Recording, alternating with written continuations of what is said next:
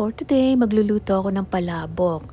So, yung mga ulo ng hipon na niluto ko dati, inipon ko sila tapos nilagay ko sa freezer para yun ang gagawin kong pansabaw mamaya. So, nilagay ko sa food processor tapos parang giniling ko siya para mas maano yung lasa ng hipon mamaya. Tapos ayun, nakailang giling ako. Siguro mga 2 kasi medyo marami-rami yung naipon kong ulo ng shrimps. Tapos ayun, papakuluan ko siya.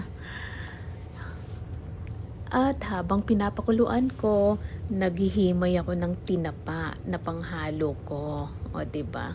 Kaso nga lang medyo maalat pala yung tinapa. Tapos nagisa na rin ako ng giniling. Sabay ayun, hinalo ko na yung pinakuluan kong ulo ng hipon. Ay, super lasa niya talaga. Ayan. Tapos, ayun, naglagay din ako ng shrimp seasoning. Tapos, ayan na. Yung tinapa palang hinalo ko, inano ko din yan, parang ni-toast ko siya ng konti. Tapos, ayun, naglagay ako ng atsuete para pampakulay. O, diba? Halo-halo. Tapos, ayan, ang chicharon. Same thing. Ayun din, food processor din. Para maging pino. Ayan. Tapos, nag-prepare na rin ako ng, ayan, onion leaves. So, diba? Masarap yan pang toppings. Iba pa rin lasa pag merong mga onion leaves. So, diba? Gusto ko siya yung medyo pino ang pagkahiwa. Ayan na. Tapos, ni-prepare ko na yung lagayan kasi dadalhin ko siya sa work. O, diba? Init-init pa.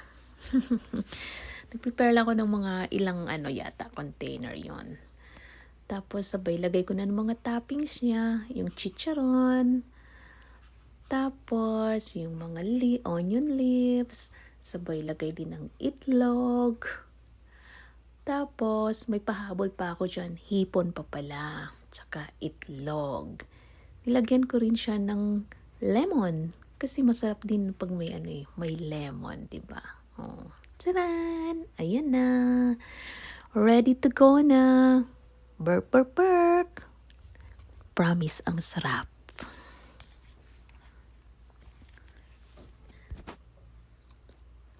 Enjoy eating with me.